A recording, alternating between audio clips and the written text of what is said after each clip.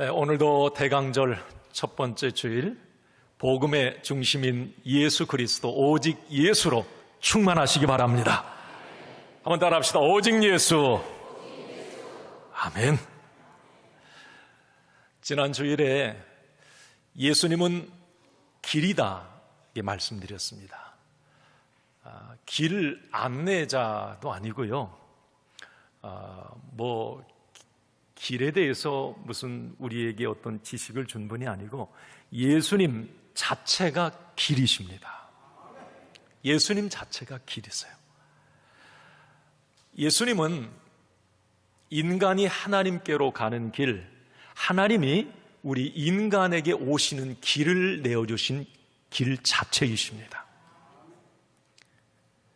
예수님을 그래서 통하지 않고는 구원과 영생과 천국을 얻을 수가 없습니다. 오직 예수님만이 하나님과 우리와 막힌 담을 허셨습니다. 완벽한 담이에요. 세상의 그 어떤 종교의 창시자도 절대 그 담을 헐 수가 없습니다.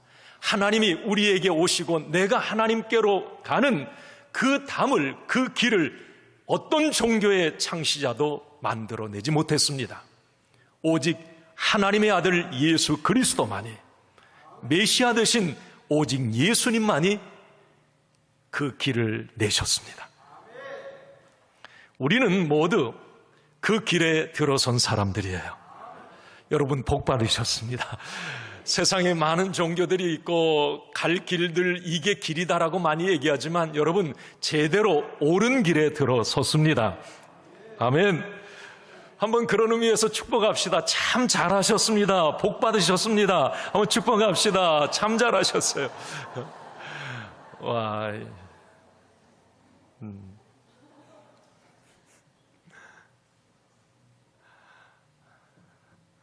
오늘은 오직 예수 두 번째 시간, 예수님이 진리다라는 말씀.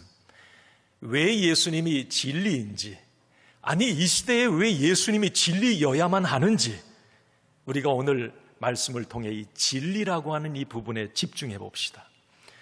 이제 여러분 대강절, 2024년 대강절 끝나고 난 다음에 예수님이 길이래, 왜 유일한 길 자체이신지 설명할 수 있어야 돼요. 예수님이 진리래, 왜 진리인지 그 부분에 대해서 내가 확신을 갖고 말할 수 있어야 합니다. 예수님은 오늘 본문이기도 하죠. 요한복음 14장 6절에 분명히 말씀하셨습니다. 같이 읽습니다. 예수께서 이르시되 내가 곧 길이요 진리요 생명이니 나로 말미암지 않고는 아버지께로 올 자가 없느니라. 아멘. 이게 영어 성경엔 내가 곧 길이다, 내가 곧 진리다, 내가 곧 생명이다 이렇게 말합니다.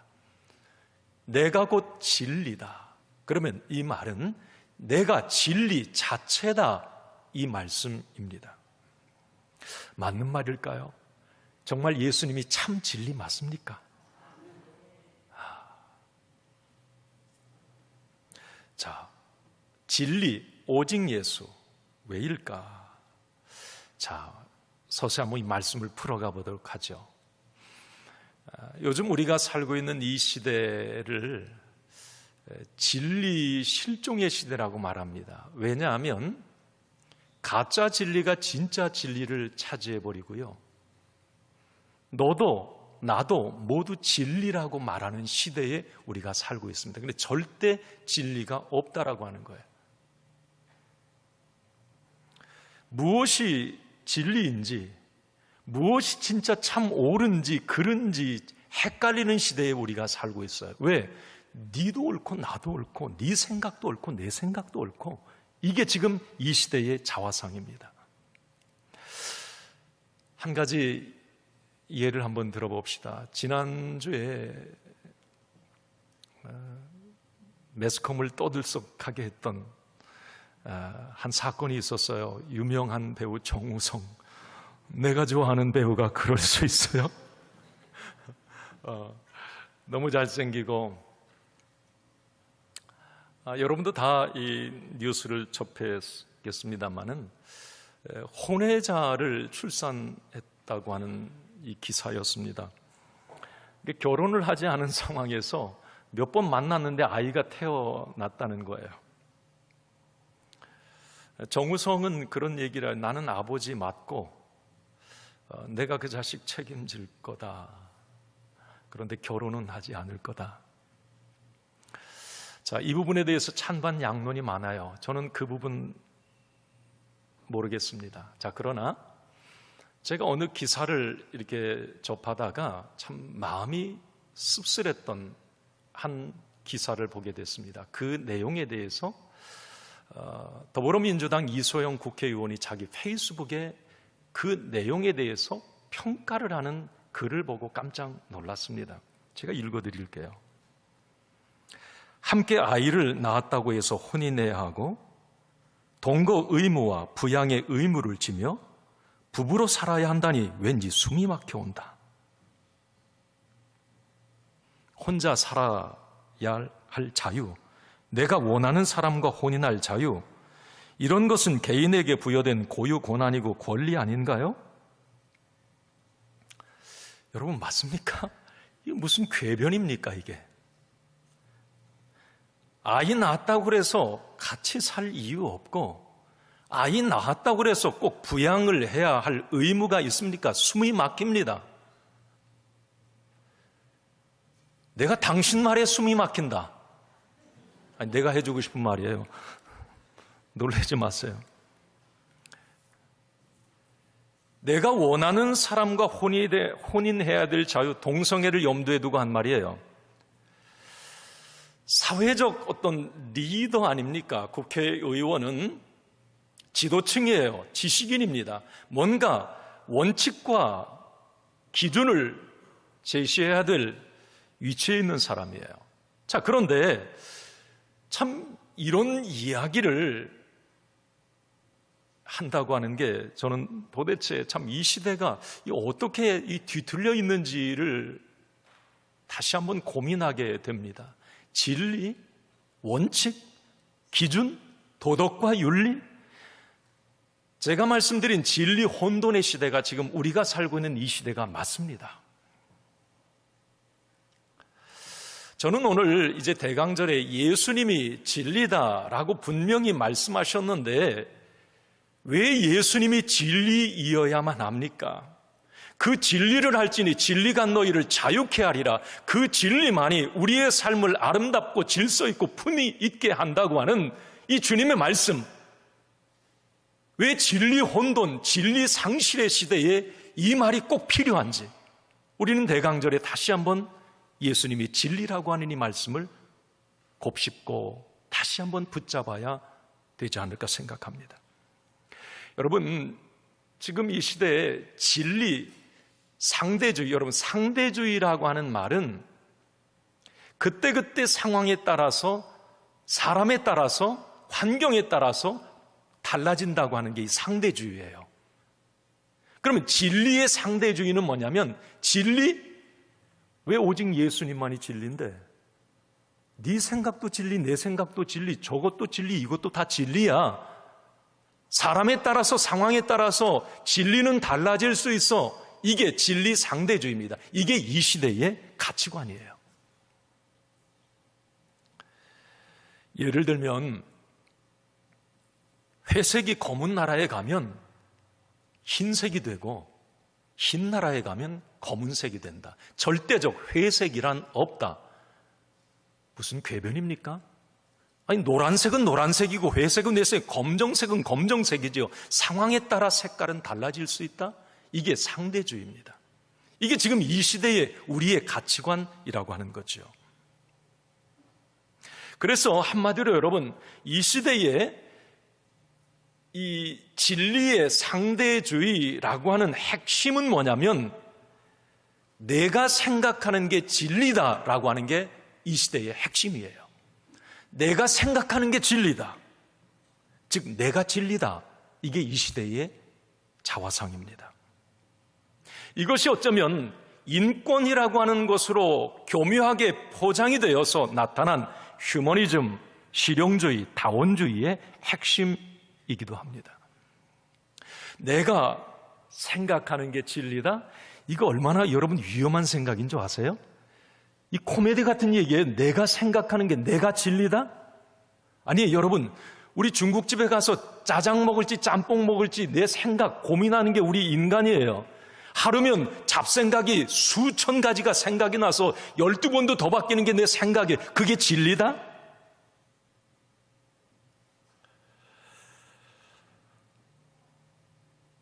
그런데 지금 이 시대는 너도 진리, 나도 진리, 모두가 오라. 건들지 마. 내 생각, 내가 진리야.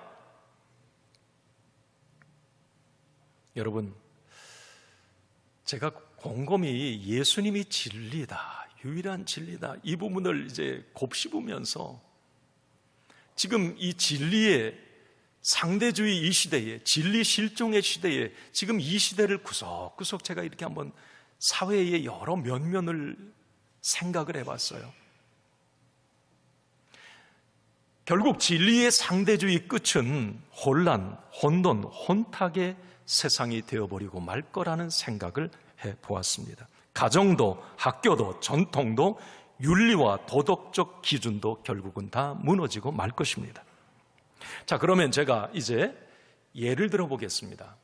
지금 이 시대에 펼쳐지고 있는 일들이에요. 자, 오직 예수님만이 진리다라고 하는 이 생각을 가지고 이 이야기를 한번 여러분 들으시기 바랍니다.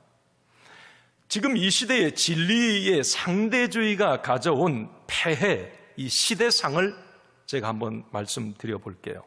여러분, 도덕과 윤리, 자, 어떻습니까? 우리나라는 동방예의지국이라고 하는 표현을 많이 썼어요. 예가 있는 게 우리나라예요, 사실. 저도 그런 가르침을 받고 자랐고, 삼강오륜 달달 외웠습니다.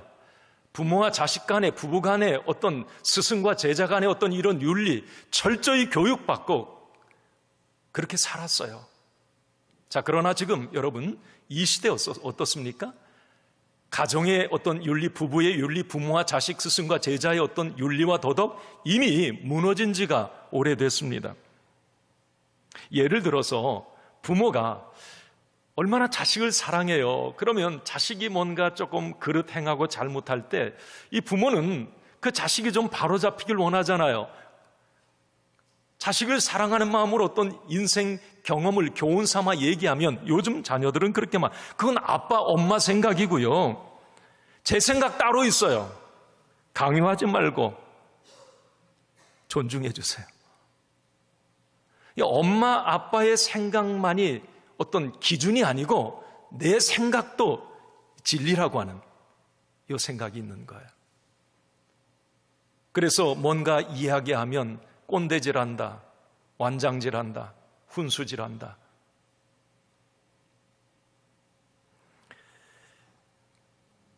현대인들에게는 이런 생각들이 깔려 있는 겁니다. 내가 곧 진리다. 진리의 상대주의 시대의 모습입니다. 여러분, 학교 강단은 어떻습니까? 여기 우리 교사분들 계세요?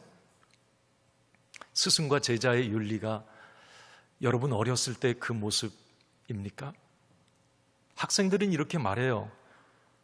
그건 선생님 생각이고요. 나한테 강요하지 마세요. 아니, 내 마음 안 들어서 선생님한테 욕했는데 왜요? 내 마음 안 들어서 선생님 한 대 때렸는데 내가 뭘 잘못했는데요? 부모는 이렇게 말을 합니다. 선생님이 맞을 짓 했구만. 내 아이가 뭘 잘못했는데요? 내 아이가 진리라는 거죠, 생각이. 이 진리의 상대주의가 가져온 어떤 이 폐해일 수 있습니다. 유럽의 경우 이 진리의 상대주의 피해는 아주 심각합니다. 대표적인 게 이 성별 정체성 논란이에요. 이제 우리나라도 지금 차별금지법 때문에 지금 상당히 심각한데 유럽 같은 경우는 이미 10년 전에 이런 부분들이 다 합법화되어 있고요. 지금 사회에 통용되고 있어요. 예를 들면 남자와 여자로 나누는 것 이제 구분하지 말라는 거예요. 여러분 가끔 뉴스에 보면 화장실 뭘 구분해 놔, 남자 여자.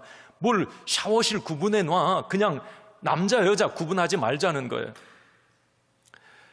여러분, 태어날 때 내가 남자로 태어났어도 내가 여자라고 생각하면 여자라는 겁니다.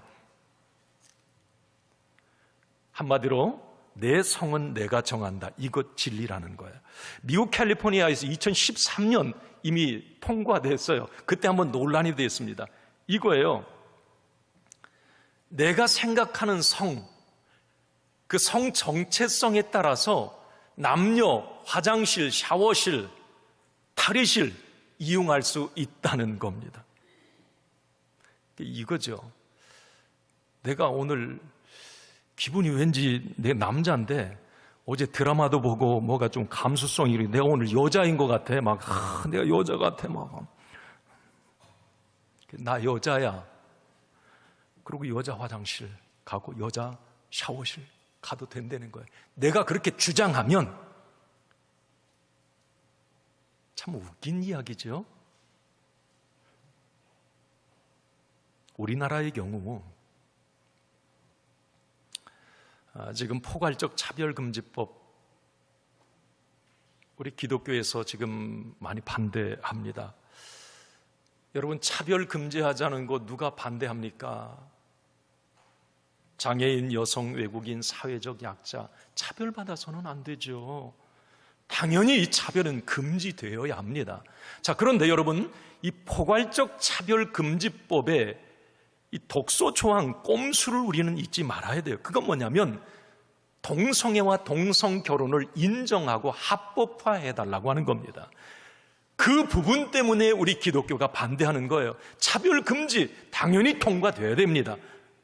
자, 그러나 그 차별금지법의 가장 핵심은 뭐냐면 이미 여러분 사회는 이런 사회적 약자 차별 금지하는 법, 여러분 이미 시민사회 수준이 많이 높아졌어요. 그렇게 차별하지 않아요.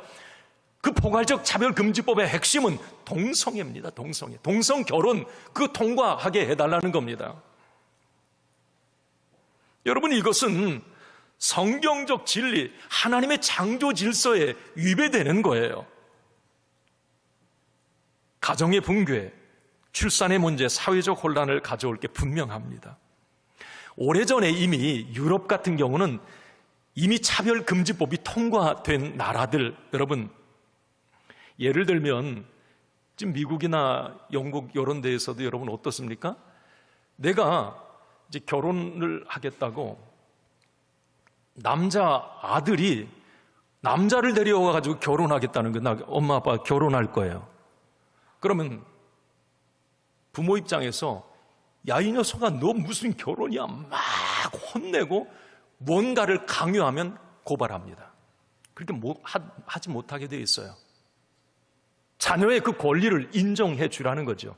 차별하지 말라는 겁니다. 만약에 그게 어떤 심한 어떤 이 제재가 오고 자녀에게 부모가 그렇게 한다면 구속됩니다. 학교에서도 지금 미국 같은 경우 참 안타까운데, 미국이 기독교 국가 아닙니까? 다수잖아요. 그런데 지금 미국 학교에서 이 식사 시간에 기도하는 것, 이 기독교 그리스도인이 기도하는 것 금지되어 있습니다. 왜? 소수 종교를 가진 사람에게 혐오감을 준다고 하는 이유에 하지 말라는 거예요. 그런데 문제는 소수 종교자들은 기도해도 돼요. 지금 일례로 미국에서 이 모슬렘을 왜 소수라고 그들은 생각하는지 모르겠는데, 모슬렘 기도처는 많이 늘어가지만 이 기독교의 이 기도처는 폐쇄가 되고 있어요. 다수라고 하는 이유입니다. 소수에게 혐오감을 줄 수 있다라고 하는 거죠. 이 잘못된 어떤 이 차별 금지, 특히 직장 같은 데서 이제 유럽에도 상당히 이런 부분들이 많이 나타나서 참 우려스러운데, 이 승진의 기회도 소수인인 동성애자가 가산점을 받습니다. 소수라고 하는 이유예요.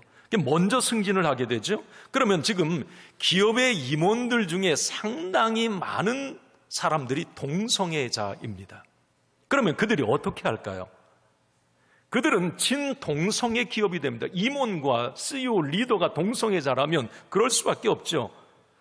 어떤 사회적으로 친동성애 프로그램이나 동성애 어떤 장려기금, 여기에 막대한 재정을 투자하게 됩니다.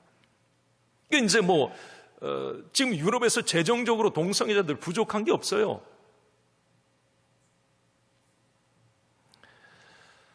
여러분, 동성애와 동성결혼 합법화도 결국은 내가 생각하는 게 옳으니, 그게 진리이니 인정하라고 하는 어떤 잘못된 상대주의가 가져온 결과가 아닌가 생각을 합니다. 저는 여러분들에게 분명히 말씀드립니다. 여러분, 저는 주일교회 담임 목사로서도 분명히 말씀드려요. 여러분, 포괄적 차별금지법, 저는 목숨 걸고 반대합니다. 여러분, 찬성하시는 분 혹시나 계세요? 저는 반대합니다. 그들이 동성애자들이 미운 건 아니에요. 그들도 불쌍한 우리의 자녀들일 수 있어요. 우리의 가족일 수 있어요. 그렇지만 그들의 주장하는 동성 결혼과 동성애는 잘못된 것입니다. 아멘을 안 하시는군요. 제가 뻘쭘합니다.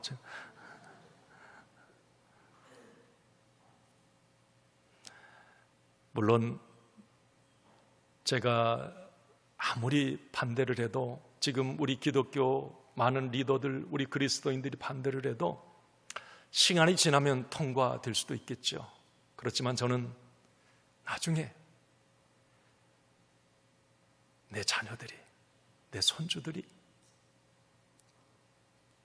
아빠, 그때 포괄적 차별금지법 통과될 때 아빠는 뭐 했어? 나 목숨 걸고 반대했어. 나는 그 말 한마디 해주고 싶어요.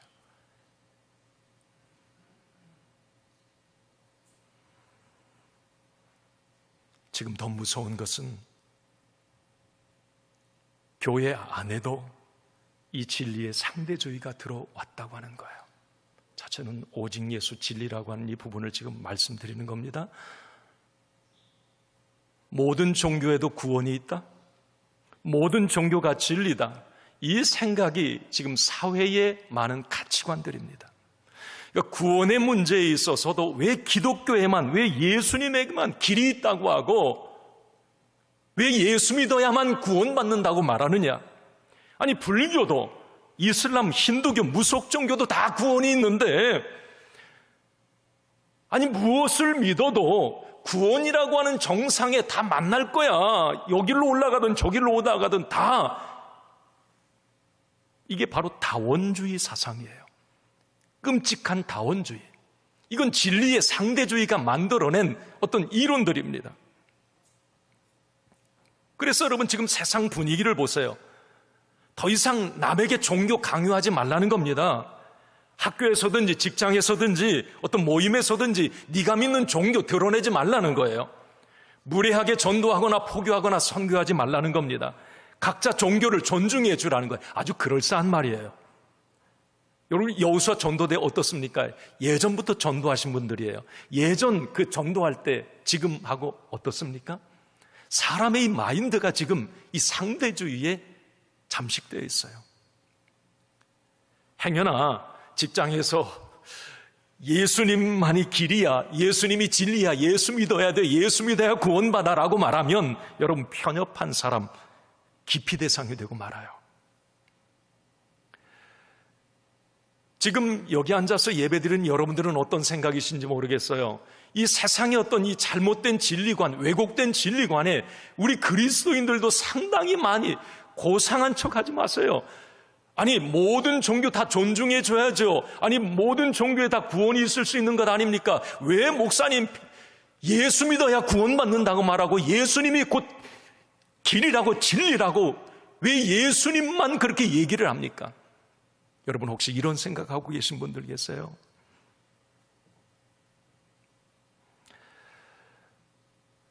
여러분, 진리라고 하는 것이 내가 생각하는 것, 내가 믿는 것, 내가 옳다고 주장하는 것일까? 과연? 이 진리, 지금 이 시대의 어떤 이 진리 상대주의, 이 뒤틀린 어떤 인권이 세상을 정말 품위 있고 질서 있고 아름답게 만들 수 있을까? 여러분, 이건 위험한 생각이죠. 확실한 것은 배가 산으로 갈 겁니다. 오히려 모든 질서는 무너지고 가정이 무너지고 자기 주장과 이익을 우선하는 독선적 세상이 되고 말 거예요. 사람들은 더욱 강팍해질 수밖에 없고요. 사회는 더욱 독한 사회가 될 겁니다. 왜? 너도 진리, 나도 진리니까. 마음에 안 들면 묻지마 살인도, 폭력도, 전쟁도 다 정당화될 겁니다. 왜? 내가 주장하는 게 진리니까. 무서운 세상이 되고 말 거예요. 이런 시대를 제가 이제 몇 가지 쭉 이 사회의 어떤 시대상들을 이게 말씀을 드렸습니다만, 여러분들이 그냥 들을 건 잘 듣고 버릴 건 버리세요. 자, 그러나 지금부터 여러분 말씀드린 이 부분을 잘 생각하세요. 이 혼탁한 이 진리의 어떤 실종의 시대에 살아가는 우리 그리스도인들은 분명한 진리관을 가지고 살아야 하는 것.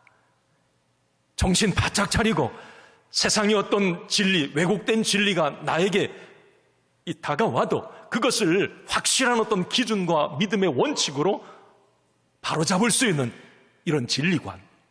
여러분, 성경이 말하는 진리는 이겁니다. 첫 번째, 바로 그거예요. 같이 읽습니다. 시작. 하나님의 말씀이 진리다. 다시 한번, 뭐가 진리예요? 요한복음 17장 17절 말씀해 보면 이렇게 말씀합니다. 읽습니다. 그들을 진리로 거룩하게 하옵소서. 아버지의 말씀은 진리니이다. 아버지의 말씀, 하나님의 말씀이 진리예요. 왜 하나님의 말씀이 진리인가? 여러분, 진리라고 하는 건 변하지 않아야 돼요. 그게 진리입니다. 사람의 생각도 마음도 변하죠. 사람도 변해요. 어떤 이론, 과학적 가설, 다 원리 변할 수 있습니다. 자, 그러면 하나님의 말씀이 진리다. 여러분, 예수는 분명히 말씀합니다. 하나님의 말씀은 1.1획도 변함이 없다고 말이죠. 그래서 하나님의 말씀이 진리인 거예요. 그리고 하나님의 말씀이 진리인 것은, 하나님의 말씀은 우리가 살아가는 인생 길에 등과 빛이 되시는 것이 하나님의 말씀입니다. 나를 바로잡아주는 거예요. 시편 119편 105절 말씀에 보면 이렇게 말씀합니다. 주의 말씀은 내 발의 등이요 내 길의 빛이니이다. 하나님의 주의 말씀만이 내 인생의 등과 빛이 되어주신다.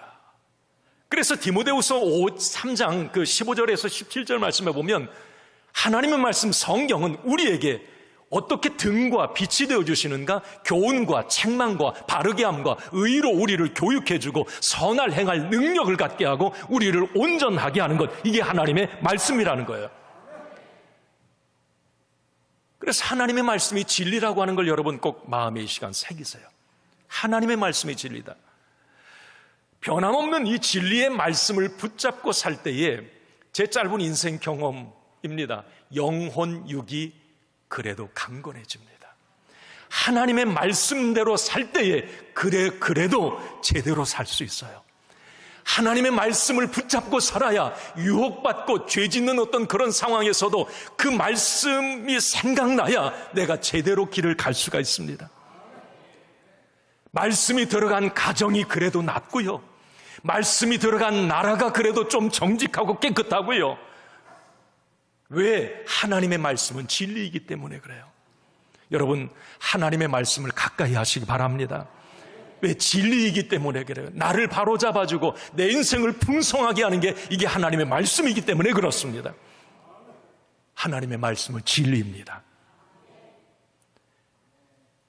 또 하나, 여러분, 왜, 무엇이 진리일까요? 두 번째는 우리 잘 아는 말씀이에요. 한번 읽습니다. 예수님이 진리다. 다시 시작. 오늘 본문 말씀에 이제 요한복음 18장 뒤쪽에 예수님이 십자가 지시기 전에 빌라도 재판 받을 때에 예수님이 빌라도에게 그런 말을 해요. 내가 내 나라에서는 왕이다. 그러면서 진리에 속한 자, 이 진리에 속한 자는 나를 안다? 그때 빌라도가 묻습니다. 야, 그러면 진리가 뭔데? 그때 예수님이 요한복음 14장 6절, 아까 자연스럽게 뒤 앞에 있는 성경인데 연결이 되더라고요. 예수께서 말씀하시는데 내가 곧 길이요 진리요 생명이다. 진리가 뭐냐? 내가 곧 진리다. 예수님이 말씀하셨습니다. 왜 예수님이 유일한 진리인가? 여러분, 예수님만이 하나님의 아들이세요. 다른 종교의 석가모니, 맹자 또 뭐 있죠? 공자, 뭐 마호메트, 인간이에요. 인간 중에 탁월한 사람이에요. 그들의 교훈 참 배울 거 많습니다. 배우세요. 괜찮아요. 본받을 게 많아요. 그렇지만 그들은 우리의 구원자가 될 수가 없어요. 왜? 하나님의 아들이 아니 신이 아니기 때문에 그래요. 오직 예수님만이 하나님의 아들 메시아이시고 그 예수님만이 하나님 아버지의 뜻에 따라서 십자가를 지셨고 부활하셨습니다. 예수님만이 변하지 않는 진리 맞습니다.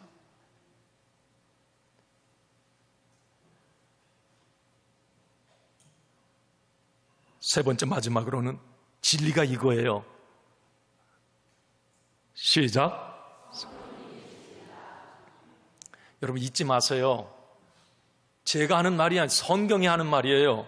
요한복음 14장 6절에서 17절 상반절 한번 읽어봅니다. 시작. 내가 아버지께 구하겠으니 그가 또 다른 보혜사를 너희에게 주사 영원토록 너희와 함께 있게 하리니 그는 진리의 영이니라. 이 다른 보혜사는 성령님을 말합니다. 성령님은 어떤 분이냐? 진리의 영이라는 거예요. 진리의 영. 요한일서 5장 6절을 한번 봅니다. 시작. 증언하는 이는 성령이시니 성령은 진리니라. 성령님의 역할은 진리를 가르치시고 진리를 깨닫게 하시고 그 진리를 믿게 하십니다. 진리의 근원이신 하나님을 드러내는 게 이 성령님이세요. 그래서 그 진리를 붙잡고 사는 사람들의 삶을 성령의 열매로 풍성하게 하시는 분이 이 성령님이십니다. 그래서 여러분 자 정리합시다. 진리란 여러분 대강절에 진리가 뭐야? 진리는 예수님이야. 또 여러분 진리는 뭐예요? 첫 번째 벌써 잊으시면 안 되죠. 진리가 뭐예요? 하나님의 말씀이 진리예요. 두 번째 진리는 예수님이 진리예요. 세 번째 성령님이 진리예요. 변하지 않기 때문에 그래. 유일하기 때문에 그래. 아버지께로 갈 방법은 예수님을 통하지 않고는 안 돼요. 다른 길이 없는 거예요. 그래서 진리인 거예요. 하나가 진리예요. 변하지 않아야 진리입니다. 그분이 예수 그리스도예요. 이제 말씀을 마치면서 여러분 진리 실종의 시대예요. 진리 춘추전국 시대에 우리가 살고 있는데 자 여러분 여러 가지 이제 상대주의의 이 시대의 가치관이 여러분들을 계속 아마 귀에 못이 박히게 얘기할 거예요. 이게 진리야, 이게 진리야.